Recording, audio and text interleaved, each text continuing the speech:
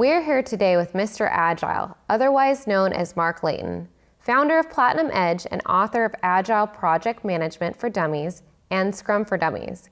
We're going to go over some of the commonly asked questions from students and clients. How do Agile organizations manage third-party vendor contracts? Well, under an Agile approach, you're actually going to have a lot more control as a buyer. You know, historically, stage gates were at the phase level. You would do requirements, you would do design, they would all get signed off on it. And there was this sense that you had a termination point at the end of each of those phases. But in reality, you didn't, right?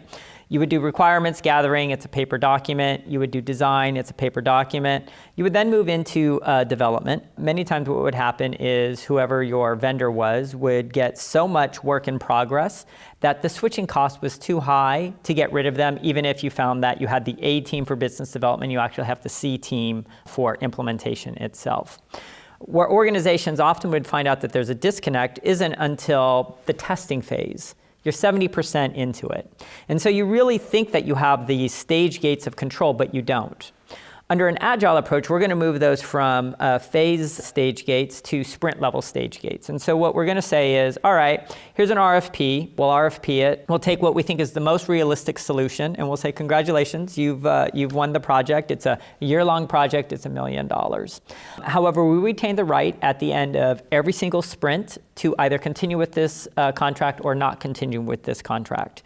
And now at the end of every single sprint, I've got a true stage gate. Because whatever that vendor has built, they've built it to completion. We either know that it works or it doesn't work. Everything ahead of them, they haven't even touched yet. And so we're actually going to give procurers of vendor services a lot more control in ensuring that the people that are working on their project are the people who were promised during the business development phase.